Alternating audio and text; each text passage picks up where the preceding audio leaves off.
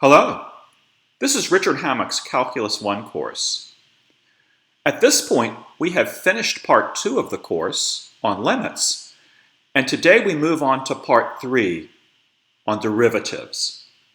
This is lecture 15, slopes of tangent lines.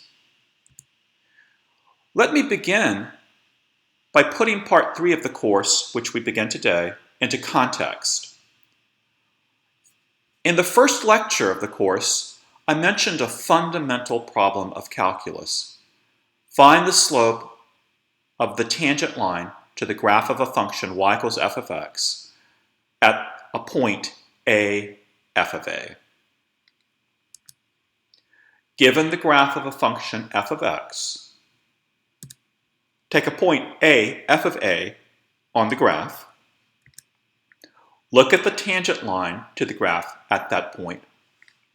The question is, what is its slope? What is the slope of that tangent line? Everything we've done in this course up till today has been leading us to the answer of this question. In part 1, we reviewed functions because this question is phrased in terms of functions. Then, in part 2, we took up the question of the slope of the tangent line to the graph of a function at a point, and we realized that the answer to that question involved a new idea called a limit. And we spent all of part 2 studying limits carefully. We put tangent line slopes on hold and just looked at limits. We learned how to compute them, what they mean. Now, beginning today, we take that knowledge and apply it to part 3 of the course, derivatives. You can look at a derivative as being a systematic method of finding slopes of tangent lines. And we'll say more about that later. But the point is, beginning today in part 3, slopes of tangent lines will play a crucial role. In part 3, we'll move on to applications of derivatives. And then in part 5, we'll conclude with the topic of integration, which you can think of as derivatives in reverse. You can see from this flowchart of Calculus 1 that what we begin today in part 3 is really the heart of the course. Everything we've done up until this point has been getting us ready for part 3. And everything we do in part 3 will be used in the subsequent parts of the course. Part 3 is a pivotal point in the course. So with that, our plan for today is to find slopes of tangent lines using our knowledge of limits. And then the next lecture, we're going to systematize this by defining what's called the derivative of a function. That's what part 3 is all about. And the idea of a derivative is the main idea of this course. Let's begin with a flashback, an example we did way back at the beginning of part 2. You may remember it. We looked at the graph of f of x equals x squared plus 5, and we singled out a particular point on this graph, the point P, which is 1 f of 1. F of 1 would be 1 squared plus 5, which is 6. And you can see, by the way, that I've scaled the vertical axis so it's compressed, just to make the graph fit a little better. At this point P, we looked at the tangent line to the curve, and we asked the question, what is its slope? Let's review the way we found that slope. We began by taking a number, let's call it z, that's different from 1, and we computed f of z, which is z squared plus 5.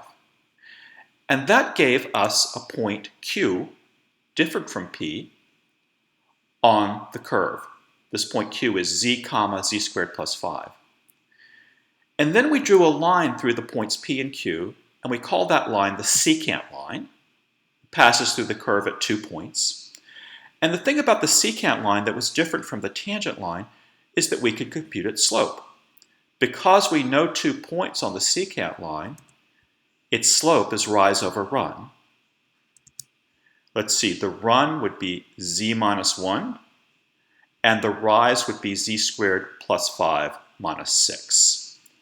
And then we could simplify that. 5 minus 6 is minus 1. So the secant slope is z squared minus 1 over z minus 1. Just put that right there.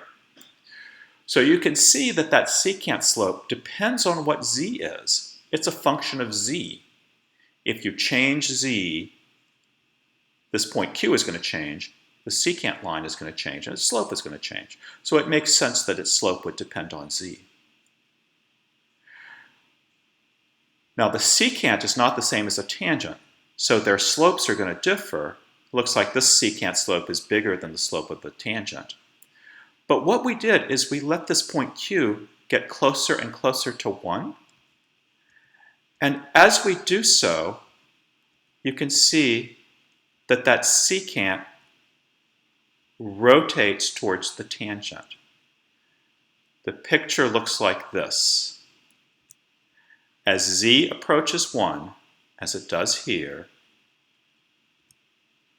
that point q moves along the curve towards P, and as it does so, the secant line pivots or rotates at the point P, and it rotates towards the tangent. So as z approaches 1, we would conclude that the secant slope approaches the tangent slope, and the secant slope is z squared minus 1 over z minus 1. So as z approaches 1, the quantity z squared minus 1 over z minus 1 approaches the tangent slope. So we would conclude that the tangent slope is actually the limit as z approaches 1 of the secant slope z squared minus 1 over z minus 1. Now, having had part 2, we know how to compute this limit. You can see that the denominator is turning into 0, so you want to cancel that z minus 1. You can factor the top as a difference of 2 squares. Now the z minus 1's cancel, and you get the limit as z approaches 1 of z plus 1, which is 2. So this tangent slope, what is it? 2. The slope is 2. So this was the problem we did way back in the beginning of part 2 that motivated the entire study of limits in part 2. And we've now come back to that problem. What we're going to do next is to take this approach, which computes the slope of a specific tangent, and use it to come up with a general formula. Let's take this same problem, but forget that f of x was a specific function, x squared plus 5. Just call it f of x. And instead of the point 1 f of 1 for p, just take a number a, unspecified, and look at the point p, which is a f of a. Draw the tangent line to the graph at point P, and let's ask the question, what is its slope? So on this slide, we're going to take the approach from the previous slide and come up with the general formula for the slope of a tangent line. We'll do exactly what we did before. Take a number z, different from a, look at f of z, and we get a point q, which is z f of z. Draw the secant line through p and q. Again, its slope is rise over run, just as before. And let's see, the run would be z minus a. So z minus a for the run. Now the rise would be f of z minus f of a.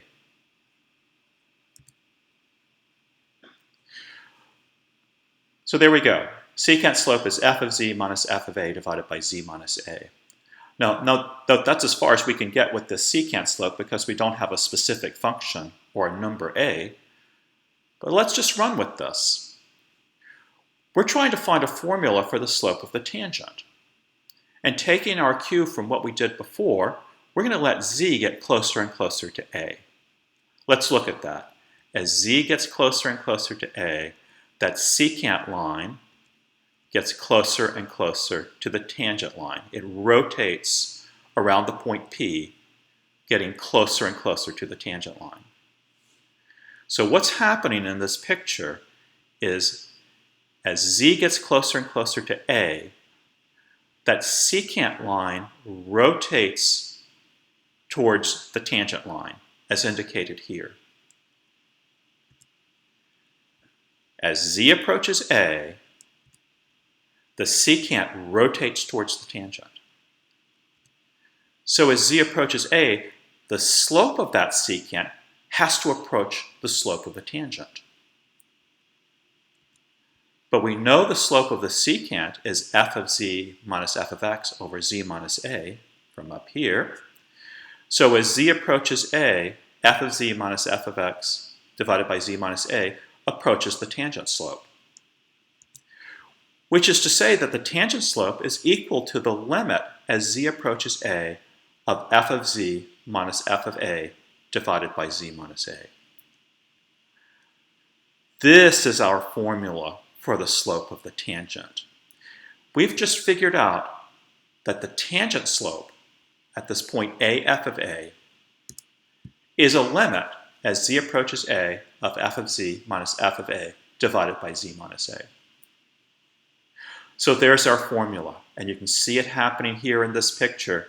As z approaches a, the secant rotates towards the tangent, so its slope, which is this, gets closer and closer to the limit as z approaches a, f of z minus f of a, divided by z minus a, the tangent slope.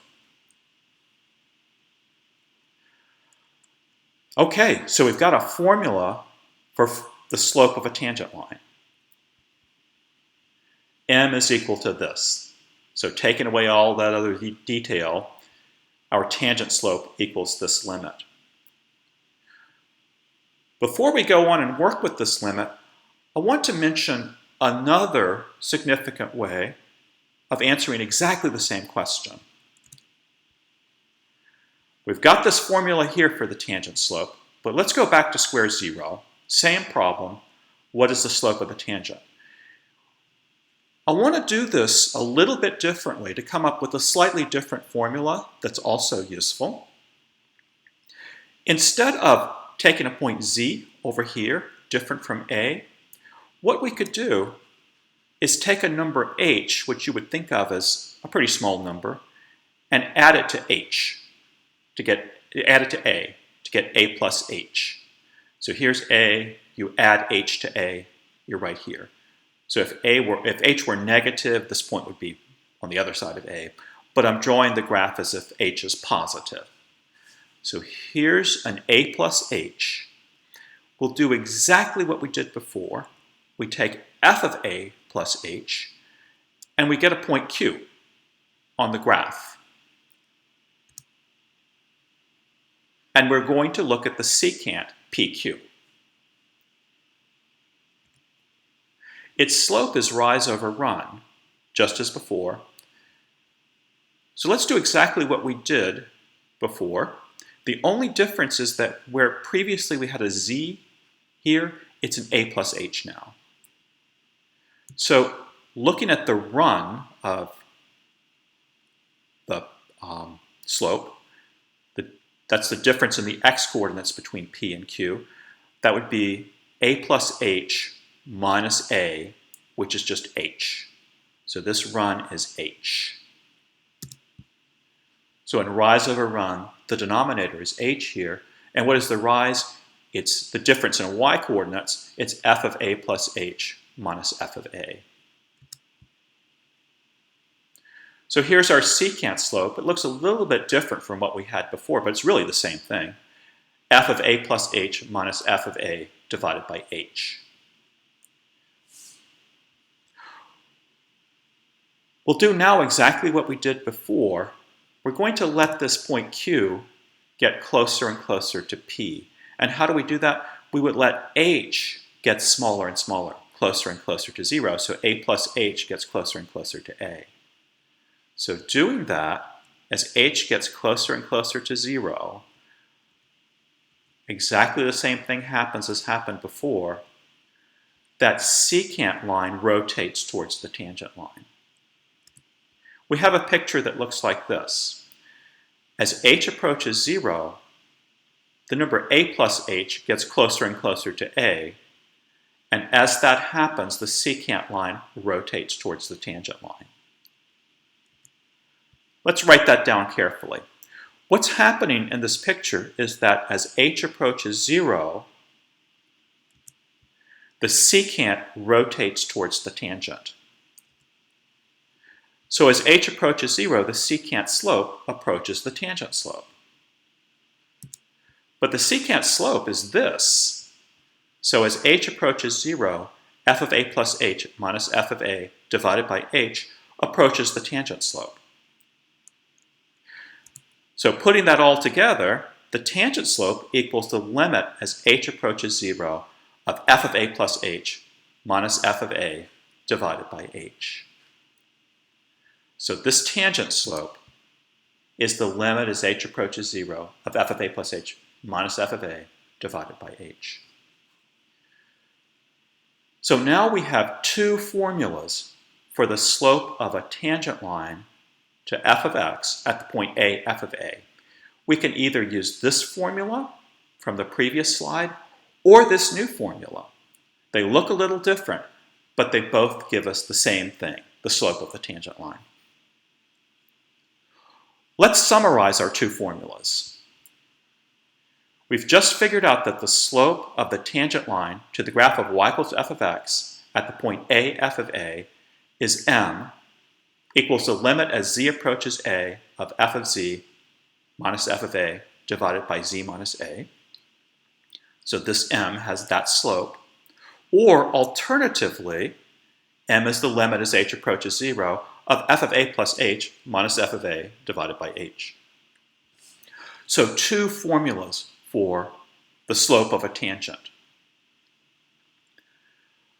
This is the main result of today's lecture, and what we'll do from here on out is just look at examples of using these formulas to find slopes of tangent lines.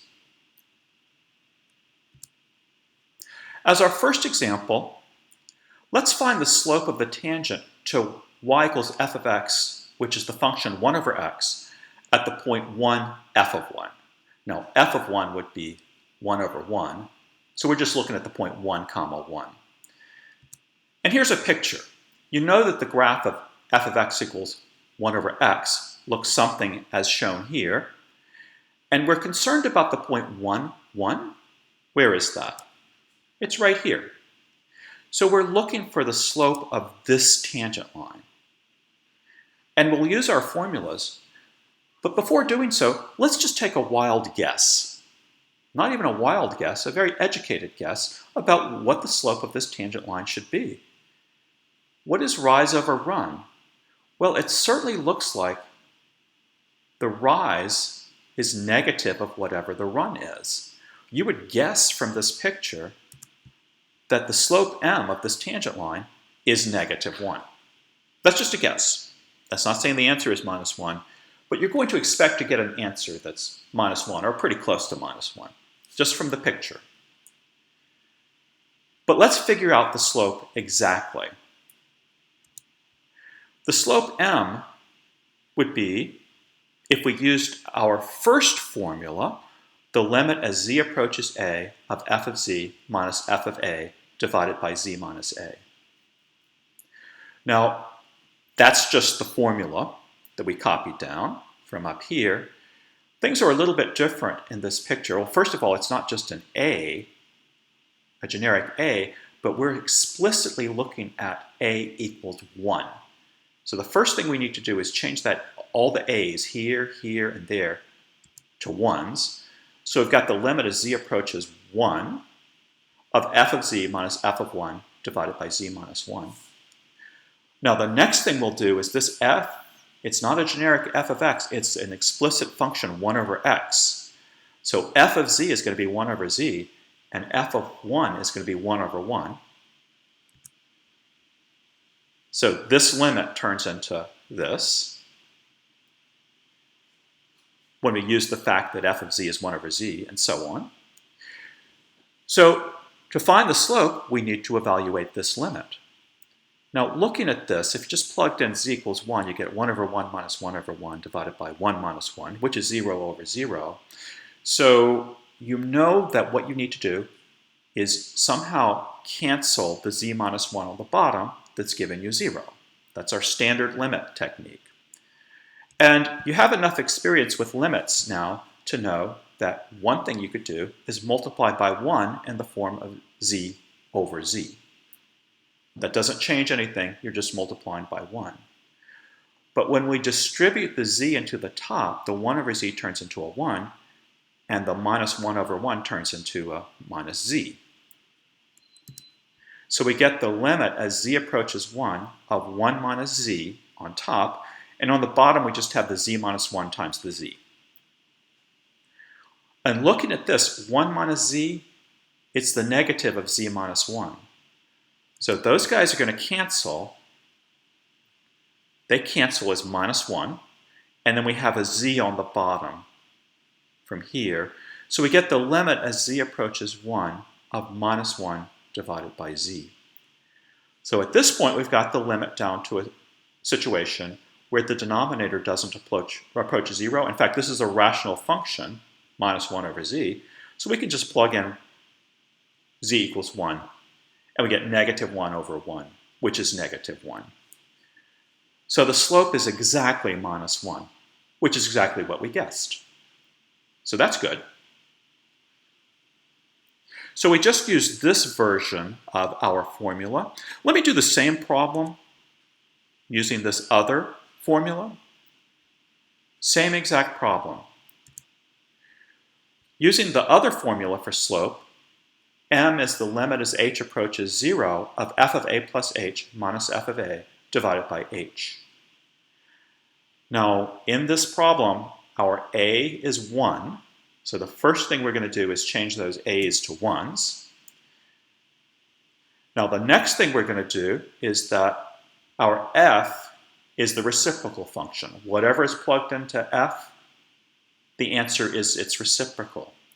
So f of 1 plus h is going to be 1 over 1 plus h, and f of 1 is 1 over 1, just as before. So in this limit, h is approaching 0. We're getting a 0 on the denominator. So we're in a situation where what we want to do is cancel that h on the bottom that's turning into 0. You have enough experience with limits now to realize that one thing you could do is multiply by 1 in the form of 1 plus h over itself. And when you multiply the 1 plus h, or distribute it into the top, the 1 plus h times the 1 over 1 plus h turns into a 1, and the 1 plus h times 1 is a 1 plus h. So there we go. On the numerator, we get 1 minus 1 plus h. On the denominator, it's just h times 1 plus h. Now there's some simplification. We have 1 minus h, which simplifies just to minus h on the top. And at last, the h on the bottom that was giving us trouble at the very beginning, it cancels with the h on the top. Those guys cancel. And we have the limit as h approaches 0 of negative 1 over 1 plus h, which is negative 1 over 1 plus 0. So again, we get a slope of minus 1. So there we have it. We've used each of these formulas to get the slope of this tangent line, and in both cases we got minus 1, which conforms to our expectations of what the slope should be. Let's look at another example. Let's find the slope of the tangent to y equals the square root of x at the point 1 square root of x, which equals 1, 1. So same point, different function. So here's the graph of the square root of x, and we're looking at the point 1, 1. We take the tangent line to point 1, 1, and the question is, what is its slope? What is m? Before we get started with our formulas, let's just look at what's going on in this graph and make a guess. This doesn't look like slope 1. If you look at it, it looks like maybe the rise is a half of what the run is. So your guess might be that the slope m is going to be 1/2. Maybe you would have guessed 1/3. I'm going to say 1/2. It's just a guess. But definitely less than 1, and definitely positive. So we expect to get an answer to this question that's 1/2 or close to 1/2. And let's see what we get. Let's first use our formula for slope. The limit as h approaches 0 of f of a plus h minus f of a divided by h. So that's our formula, and let's apply it to this specific situation where a is 1. So the a's we change to 1s. And now f is a specific function. F of whatever is plugged into it is the square root of that. So f of 1 plus h is the square root of 1 plus h. And f of 1 is the square root of 1. And of course the square root of 1 is 1, so let's simplify that. So our slope is the limit as h approaches 0 of the square root of 1 plus h minus 1 over h. In this limit, the denominator h is approaching 0. So we know that to evaluate the limit, we want to cancel that h. Fortunately, we've had lots of limit practice in part 2. And this may look like a limit that's very familiar from part 2. You might have even done this exact limit for practice. And what did you probably do? You probably took the conjugate of the numerator and multiplied by 1 in the form of that conjugate divided by itself. And in so doing, when you FOIL out the top, you get square root of 1 plus h squared plus the square root of 1 plus h minus the square root of 1 plus h minus 1. And those cross terms cancel out, and you just get 1 plus h minus 1. And on the denominator, it's just h times the denominator that's here. So on the numerator, 1 plus h minus 1, simple. That's just h. The 1's cancel. The 1 and the minus 1 are gone. So we have an h on the top, an h on the bottom. We can cancel, and we get the limit as h approaches 0 of 1 over the square root of 1 plus h plus 1. And that's good because now the denominator is not approaching 0. You can just take the limit of the top, divide by the limit of the bottom. You get 1 over square root of 1 plus 0 plus 1. And that works out to 1 over 1 plus 1, which is a half. So by our formula, we figured out that the slope of this tangent line is equal to 1/2, and that's exactly what we guessed. So that's good. Just to drive home a point, let's do this exact same problem with our other formula for slope. M is the limit as z approaches a of f of z minus f of a divided by z minus a. We know we should get an answer of 1/2 with this limit, but let's try it. The first thing we do is we take this formula and note that we are looking at the point where a is equal to 1. So we replace all the 3 a's with 1's. And then, as before, f is a specific function, the square root of x. So f of z is the square root of z. F of 1 is the square root of 1. And the square root of 1 is 1.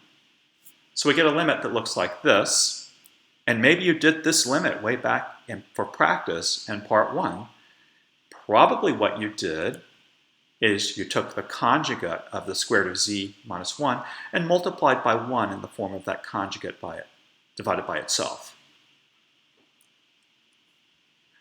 Foiling out the numerators, we get the square root of z times the square root of z, which is z, plus square root of z, minus square root of z, and then minus 1. So again, the cross terms cancel, and on the numerator we get z minus 1, and on the denominator we just have these two terms multiplied together. But now the z minus 1's cancel, and we get the limit as z approaches 1 of 1 over the square root of z plus 1. In this limit, unlike the one we started out with up here, the denominator is not approaching 0, so we just apply a limit law here. We take the limit of the top divided by the limit of the bottom. We get an answer of 1 over the square root of 1 plus 1. And again, it's 1/2. So whichever formula we use, this or that one, they gave us the same answer, which is exactly what we guessed. And that's good. Let's try another example. Let's find the slope of the tangent to the graph of y equals f of x equals 5 plus 4x minus x squared at the point 3 f of 3. And if you look at f of 3, you plug in 3 here, you're going to get 8. So we're talking about the point 3, 8. And here's a graph of our function. It's a inverted parabola, which you would expect because the squared term is negative. And we are looking at the point 3, 8, which is right here on the graph. We're asking, what is the slope of this tangent line? Now, as before we apply any formula, let's make a guess, an educated guess about the slope. The slope is definitely negative. And what about rise over run? It sort of looks like the rise is bigger than the run. It's like twice as big going down. So you might guess that the slope here is going to be negative 2. Or somewhere close to minus 2. So let's try it out. Let's use a formula, one of the formulas we've developed, to find exactly what this slope is. Let's use the formula limit m equals the limit as h approaches 0, f of a plus h minus f of a divided by h. Now, in this problem, our a is the number 3. So our first task is to replace that a with a 3. So we get the limit as h approaches 0 of f of 3 plus h minus f of 3 divided by h. Now let's work out these parts carefully.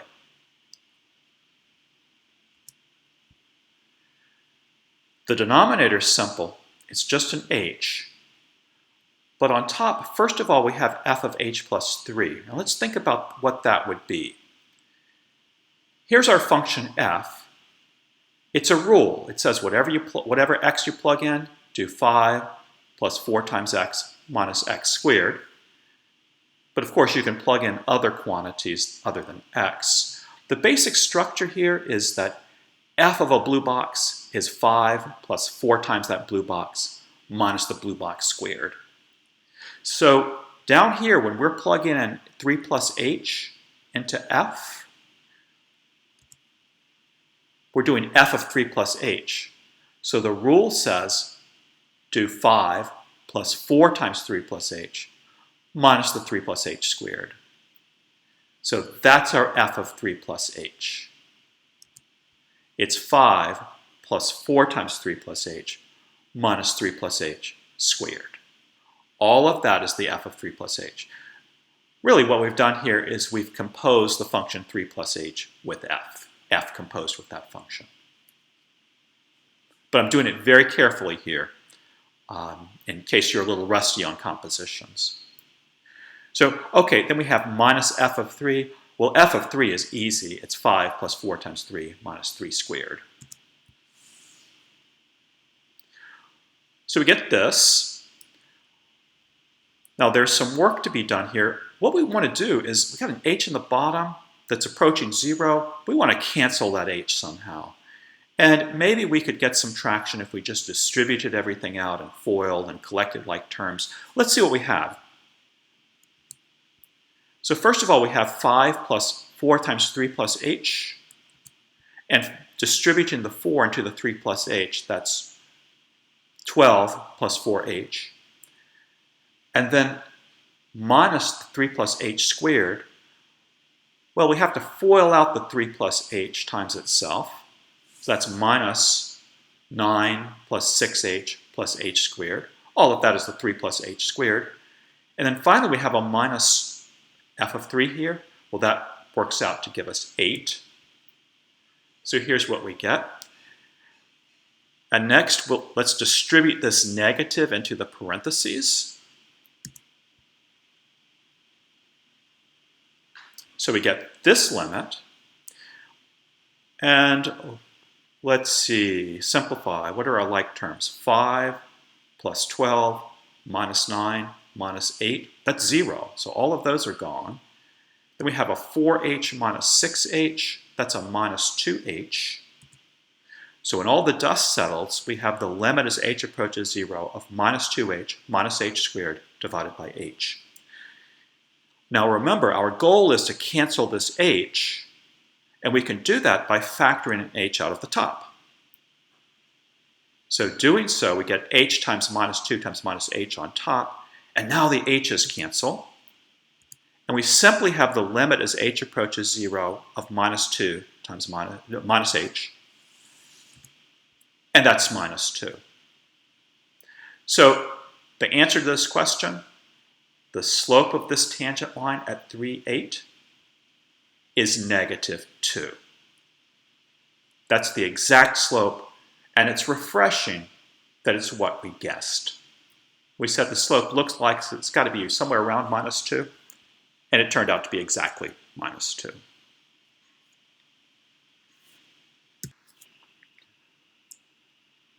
To summarize, we now have two formulas for the slope of a tangent line to the graph of y equals f of x at the point a, f of a. One formula gives the slope m as the limit as h approaches 0 of f of a plus h minus f of a divided by h. The other formula gives the slope as the limit as z approaches a of f of z minus f of a divided by z minus a. So these two formulas give you the exact same slope. They equal the same number. We have two formulas because sometimes, depending on what f is and depending on what a is, one formula might be more convenient than the other. But we have two formulas in our toolbox. So all we've done today is we've derived these formulas and we've looked at examples of finding slopes by applying the formulas.